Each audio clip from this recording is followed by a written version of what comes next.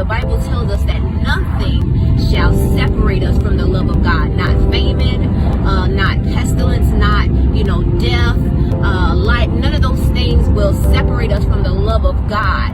But the question that God has for us, right? We know that nothing will separate us from his love. In other words, there's nothing that can separate us from receiving his love. His love is for us regardless, of what we do. He loves us, right? In spite of. Now, he may hate the things that we do, the sins, right? Because there's some things that the Bible clearly tells us that he detests, and certain things are an abomination to him. So yes, he hates the sin, he hates the iniquity, he hates the murder, he hates the lies, he hates the cheating, he hates the stealing, he hates the blasphemy, he hates the rebellion. But nothing can separate us from his love, right? Nothing can separate us from the love he has for us. Nothing can make him stop loving us. But the question he has for us as his people, as his children today is, what is it that is separating God from your love? What is it that is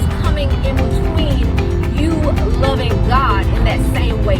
What is it that is keeping you, that is hindering you, that is delaying you from being in God and of God the way that he's called you to be? What is it that is separating you from loving him, from abiding in him, from being obedient, right? Because we know when we say we love God, right?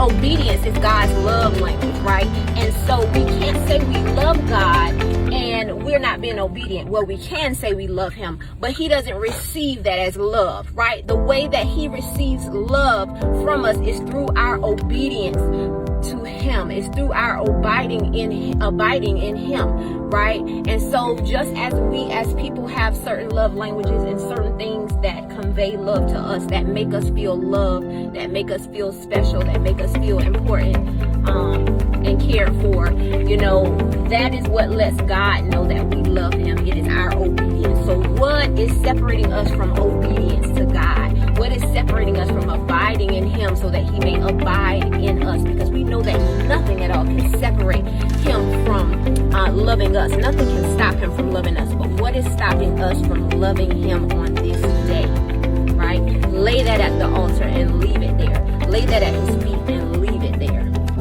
Don't let anything separate you from loving the Father, from loving the one who first loved us, from loving the one who's the Alpha and the Omega, who is the beginning and the end, who is the creator and finisher of your faith. Don't let anything stop you from loving the one who has your destiny in his hands.